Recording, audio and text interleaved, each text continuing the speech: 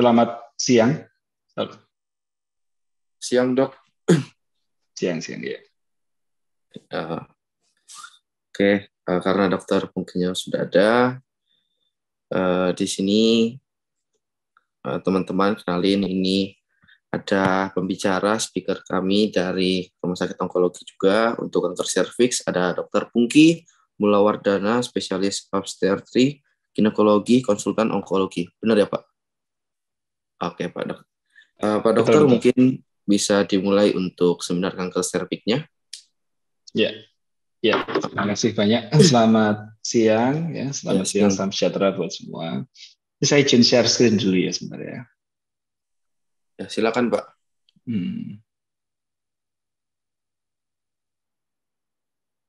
Saya share screen aja. Sudah terlihat ya screen saya? Sudah, Pak. Sudah ya. Jadi saya share screen aja. Jadi ini terima kasih, selamat siang. Nama saya Dr. Pungki Mulawardana, saya dari Rumah Sakit Onkologi Surabaya. Ini mohon maaf, saya mau tanya untuk pesertanya, kira-kira apa? Anak dari kuliah ya, dari mahasiswa? Iya, Pak, rata-rata di kami di sini semua rata-rata yang mahasiswa UC. Sebenarnya dari fakultas mana kalau boleh tahu? Kami ini ada dari bisnis manajemen, ada juga yang dari IMT, apa kepanjangannya, Sam? Informatika, dari jurusan Informatika, iya. Ya, jadi ini untuk anu aja ya, untuk memperkaya tentang ilmu ya. Jadi intinya ini kita bagaimana mengenali risiko dan gejala kanker serviks ya untuk pencegahan dan penanganan yang tepat. Jadi ini saya Dr. Pungki Mulawardana, saya dari onkologi. Jadi ini untuk tahu kenapa sih kok kita bicarakan kanker serviks ya. Tadi mungkin Dr. Bob sudah bahas kanker payudara. Kanker payudara itu nomor 1 tetap ya.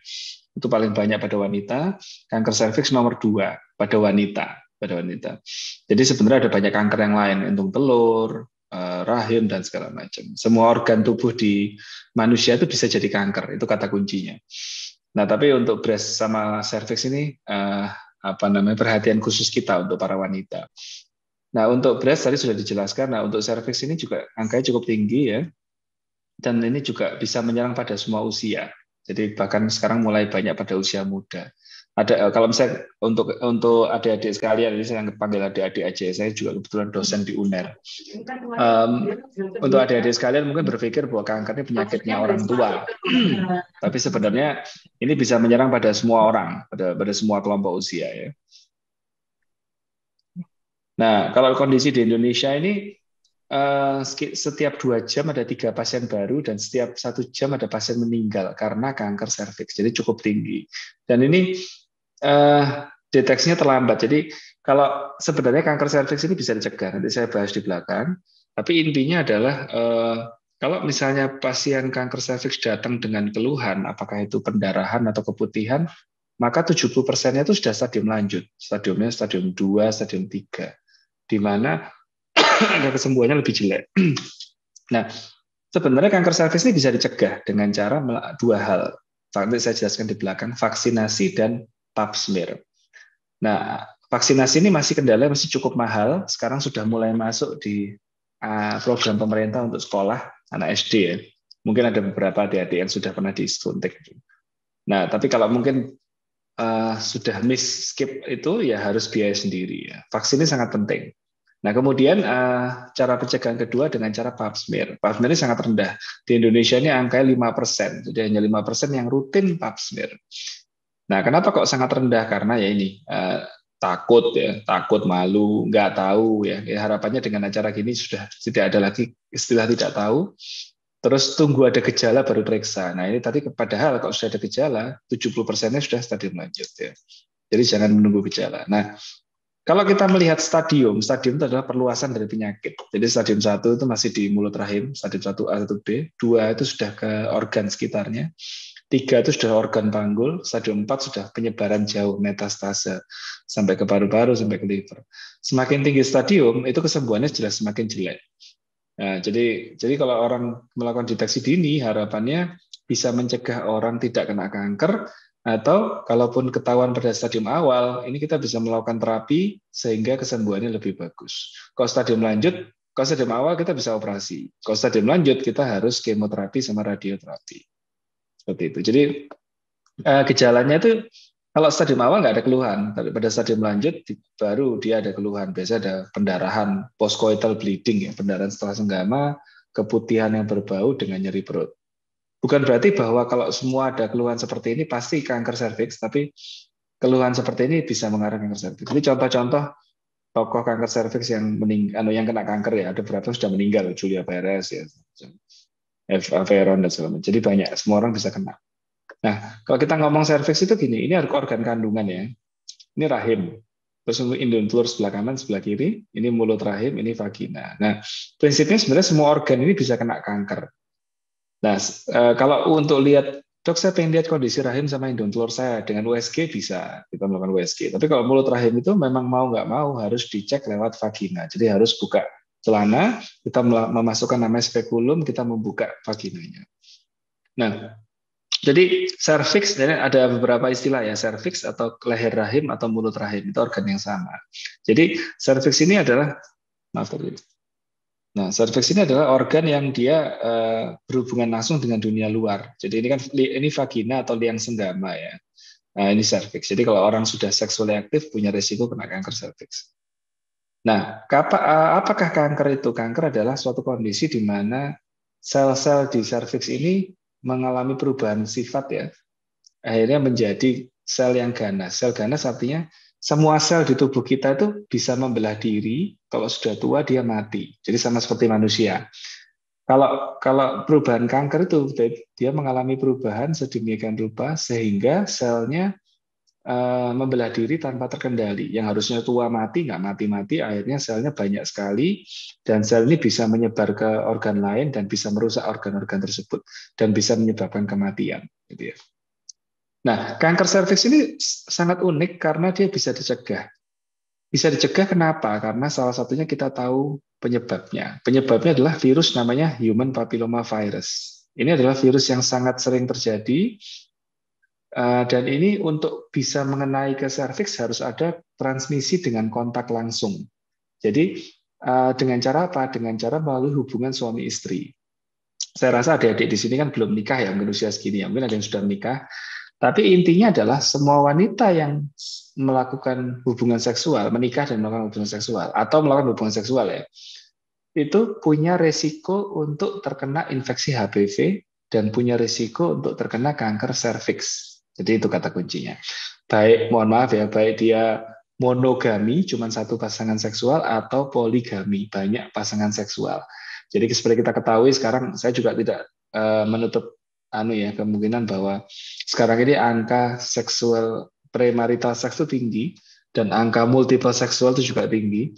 Jadi tapi sebaliknya pasien yang monogami atau monoseksual pun punya risiko juga. Jadi bukan berarti bahwa dok saya cuma satu pasangan seksual, saya setia, saya nggak punya risiko kanker serviks, salah, punya risiko. Yang multiple apalagi, jadi semua punya risiko gitu ya. Nah, seperti kita ketahui mungkin adik-adik sudah pernah, mungkin dari sini sudah ada yang pernah vaksin HPV. Mungkin sudah ada harusnya ya beberapa ya, yang perempuan terutama ya. Nah, virus HPV itu ada banyak tipenya. Yang mungkin paling sering yang terkenal itu tipe 16 sama 18. Ini tipe yang dia bisa menyebabkan kanker kanker serviks ya. Ada juga tipe-tipe lain ya. Contoh tipe 6-11 ini penyebab kondiloma acuminata kayak gini. Ini penyakit menular seksual. Sebenarnya HPV ini juga dikategorikan sebagai penyakit menular seksual, tapi bukan dalam konotasi yang negatif ya. Artinya suami istri itu bisa kena. HPV-nya di mana, dok? HPV ini secara teori bisa ada dimanapun. Ada di udara, ada di, penisnya laki, ada di vagina wanita, tapi untuk bisa sampai ke mulut rahim harus ada hubungan suami istri yang menyebabkan ada luka sedikit di mulut rahimnya dan virus tersebut dapat masuk. Ya, kalau misalnya daya tahan tubuhnya bagus, jadi kalau ini ada data ya bahwa 8 dari 10 wanita pada usia 50 akan pernah kena infeksi HPV seumur hidupnya. Jadi semua orang punya risiko. Hanya 2 dari 10 yang tidak kena. Artinya angka kejadian sangat tinggi. Tapi tidak semua kena kanker. Jadi karena sebagian besar orang yang kena HPV tersebut, kalau daya tahan tubuhnya bagus, infeksinya terjadi cuma 1 kali, 2 kali, dapat dibuang virusnya dengan daya tahan tubuh yang bagus.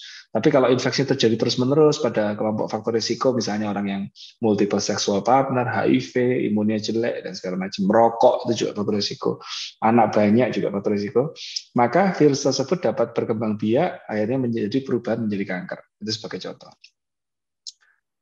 Jadi ini, jadi kanker serviks ini pertumbuhannya lambat ya. Jadi yang khas adalah dia tuh tidak ada orang yang normal terus 1 bulan lagi jadi kanker. Ini makan waktu yang sangat lama.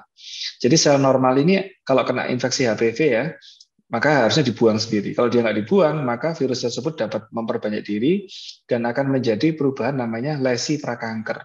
Ini derajat ringan, bisa juga derajat berat, akhirnya jadi kanker. Nah ini makan waktu 5-10 tahun. Jadi gitu. Jadi harapannya kalau seorang wanita yang punya resiko, siapa yang punya resiko? Semua wanita yang seksually aktif. Jadi kalau misalnya adik-adik ini ya, misalnya sudah hubungan seksual atau menikah umur 24 misalnya. Berarti 3 tahun kemudian umur 27, jangan lupa mulai pap smear. Jadi tujuannya untuk mencegah supaya tidak kena kanker serviks. Jadi supaya kalau ada perubahan di lesi prakanker itu kita bisa ngobati supaya tidak jadi kanker, jadi normal. Tapi kalau nggak diobati, bablas, akhirnya dia bisa menjadi kanker. Ini faktor resikonya. Yang merokok, seksual aktif kurang dari 20 tahun, ini faktor resiko juga. Jadi adik-adik, saya rasa sudah lebih 20 tahun ya. Kalau sudah menikah boleh, nggak apa-apa. Jadi ini faktor resiko merokok ya, HIV dan segala macam. Anak banyak juga ya, sampai banyak. STD. Jadi ini tahapan-tahapannya. Nah, penanganannya beberapa macam ya. Penanganan tuh yang penting kalau untuk adik-adik sekalian ya, mungkin banyak yang belum nikah ya, itu edukasi sama vaksinasi. Jadi ini harapannya tahu, kondom ini masih belum jelas efeknya. Jadi kondom itu mungkin lebih untuk mencegah kehamilan ya.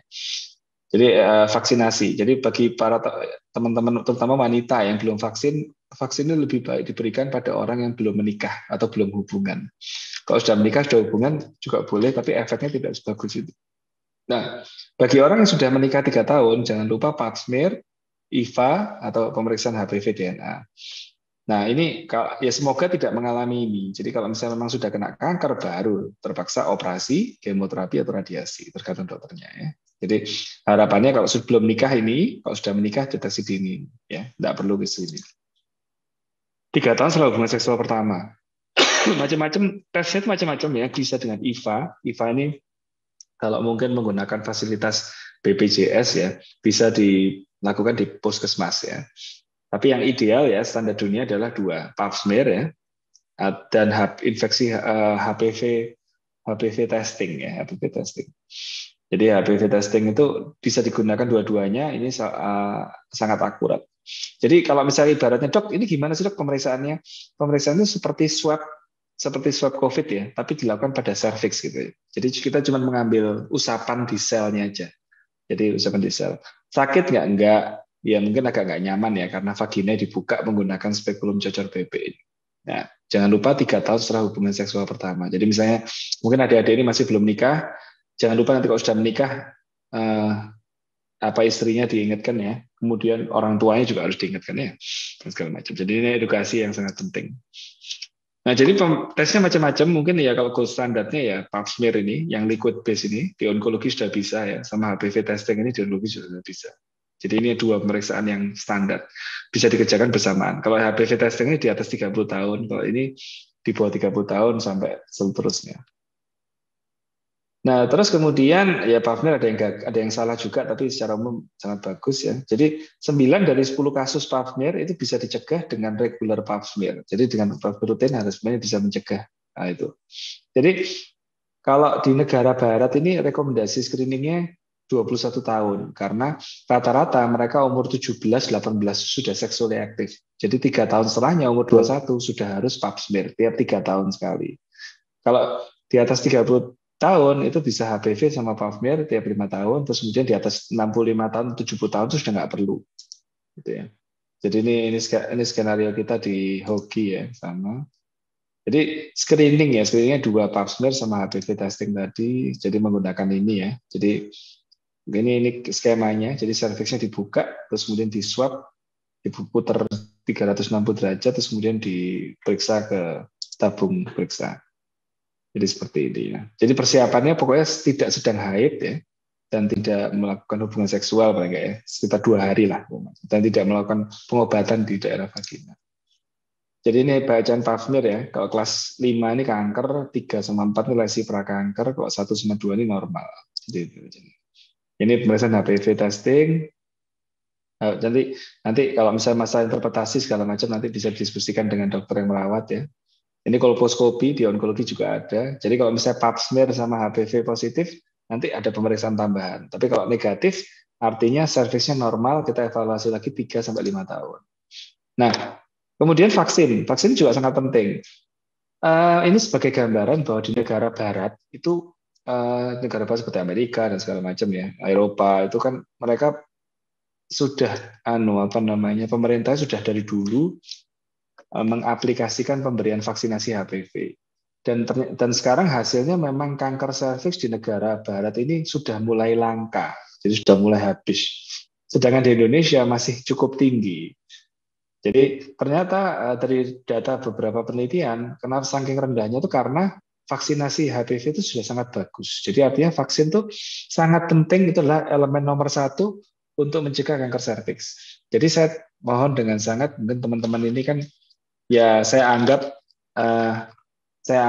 punya rezeki untuk melakukan vaksinasi karena vaksinasi sangat mahal untuk kebanyakan masyarakat Indonesia. Mungkin sekali vaksin harganya di atas 1 juta.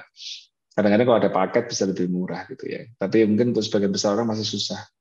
Jadi kalau teman-teman mungkin belum, harus segera vaksin karena ini sangat penting untuk pencegahan kanker serviks. Jadi vaksin ini ditujukan untuk umur 9 mulai 9 tahun sampai 55 tahun. Jadi jadwal pemberiannya ada 2 macam vaksin ya, ada yang 0, 1 atau 2 bulan sama 6 bulan. Tapi untuk kelompok usia 9 sampai 13 tahun itu cuma 2 kali dosis, dapat diskon 1. Jadi 0 sama 6 bulan. Dan kalau orang yang sudah divaksin belum perlu booster, artinya yang kalau dok saya sudah pernah vaksin 10 tahun yang lalu, apakah harus booster? Belum perlu. Jadi orang yang pertama kali divaksin sampai sekarang itu dicek terus setiap tahunnya untuk penelitian dan hasilnya antibodinya masih tinggi, artinya belum perlu booster.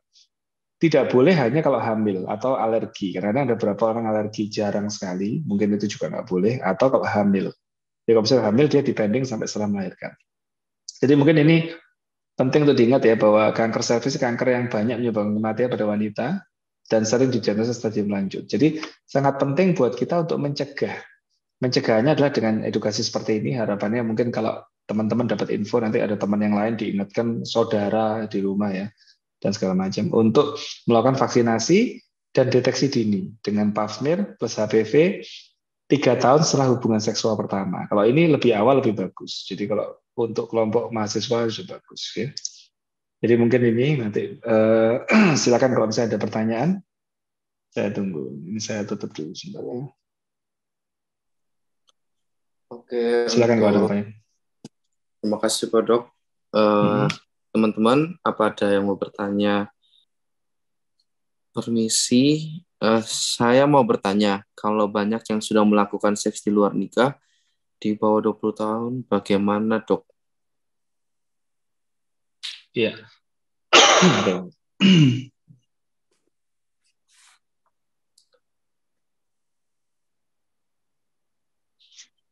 Jadi pertanyaannya tadi banyak yang melakukan hubungan seks ya. Jadi gini, kalau sekarang hubungan seksual itu saya tidak memungkiri, saya sekarang praktek juga. Kadang-kadang kalau misalnya ada anak umur mahasiswa ya, kan ada 2 statusnya, nyonya atau nona. Ya. Kalau nyonya jelas dia sudah menikah. Kalau dia nona kan harusnya belum menikah, harusnya belum seksual aktif. Cuman ya memang kenyataannya cukup banyak sekarang pasien wanita yang sudah seksual aktif pranikah. Seksualitas pranikah itu kalau secara medis itu ada beberapa resiko. Nomor 1 jelas risiko hamil sebelum menikah ya. Jadi premarital pregnancy.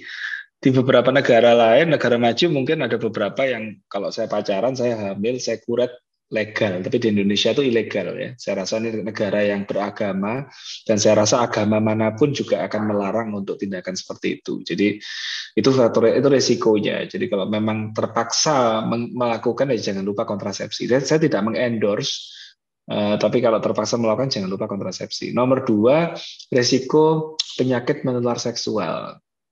Penyakit menular seksual itu termasuk HPV ya, untuk kanker serviks otomatis risiko kanker serviksnya besar, dan kalau di bawah 20 tahun itu epitel atau apa namanya organ kandungannya itu memang belum matang, belum matur. Jadi risiko untuk terkena luka, infeksi dan kelainan-kelainan itu lebih besar dibandingkan kalau hubungannya di atas 20 tahun. Itu juga kita kenapa kok rekomendasi. Saya rasa juga sekarang kan sudah nggak zaman ya menikah umur 15 tahun dan segala macam. Jadi saya rasa rekomendasi di atas 20 tahun untuk menikah dan hubungan seks pertama ya gitu ya. Jadi kalau misalnya sudah kadung di bawah 20 tahun gimana dok ya? Kalau sudah kadung jangan lupa bahwa Anda termasuk risiko tinggi, maka harus rutin pap smear minimal gitu sebagai contoh. Dan jangan lupa bahwa penyakit menular seksual itu ada juga lain-lain, HIV itu belum ada obatnya sampai sekarang ya. Sifilis, gonore, dan banyak penyakit menular seksual itu yang punya konsekuensi bisa menyebabkan gangguan kesuburan. Itu jangan lupa. Jadi bisa infeksi, abses, nanah ya, dan gangguan kesuburan. Nanti pada saat menikah, pengen punya anak susah. Jadi itulah kenapa kok saya against premarital sex ya. Jadi kalau bisa dihindari dulu ya.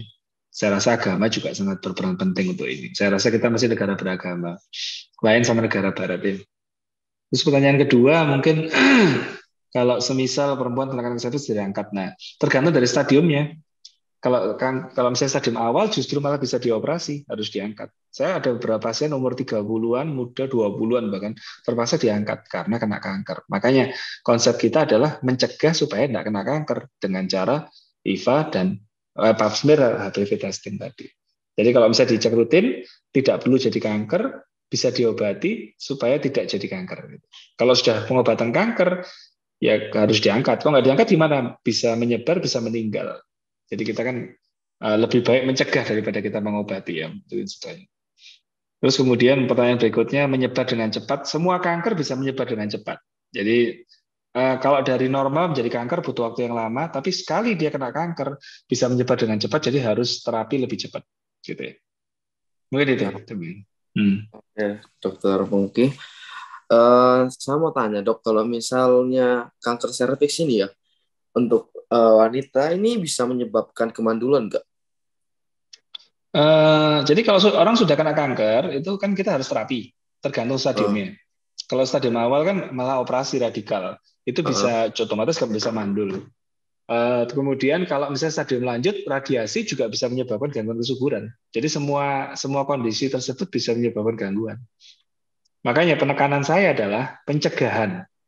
Jadi saya nggak kepingin, saya sebenarnya benci kalau dapat pasien kanker serviks. Saya lebih sering kalau pasien itu pap smear, IVA, atau pasien itu lesi prakanker. Jadi dengan diobati, dia nggak jadi kanker, bisa hamil. Jadi konsepnya gitu. Terus dok tadi katanya kan untuk HIV kan belum ada obatnya ya. Kalau misalnya sifilis itu belum ada obatnya juga. Kalau sifilis ada obatnya terapinya. Tapi masalahnya adalah sifilis, gonore segala macam itu adalah penyakit yang bisa disembuhkan, tapi ada sequelae-nya. Sequelae itu ada sisa, ada resikonya. Sequelae-nya itu adalah efek sampingnya. Penyakit itu bisa menyebabkan naik merambat ke organ atas, rahim, indung telur, dan itu bisa menyebabkan kemandulan. Jadi ada pelekatan di dalamnya, dan akhirnya dia gangguan kesuburan. Jadi sembuh bisa sembuh. Tapi itu ada efek sampingnya. Hati-hati coba itu. Kalau untuk HIV belum ada obatnya. Jadi kalau HIV itu kalau minum obat seumur hidup, kadang-kadang dia bisa hidup lama ya, bisa. Tapi dia nggak pernah bisa sembuh. Belum ada terapi yang bisa menyembuhkan HIV. Belum ada ya, kalau HIV tetap artinya sifatnya permanen ya dok ya. Permanen ya. Apa masih ada pertanyaan lagi dari teman-teman? Pertanyaan dari Luis lagi, apakah ada makanan khusus yang harus dihindari sebagai pencegahan dari kanker serviks? Dan apabila sudah terkena, apakah harus mengonsumsi makanan atau minuman khusus? Nggak ada ya, kalau makanan minuman nggak ada yang khusus, jadi bebas. Dan itu tidak ada makanan yang bisa menyebabkan kanker, karena kita tahu bahwa kanker serviks itu penyebabnya HPV. Ya cuman secara umum ya orang harus makan ya yang sehat ya, 4 sehat 5 sempurna. Kayak junk food itu boleh tapi jangan tiap hari. Gitu.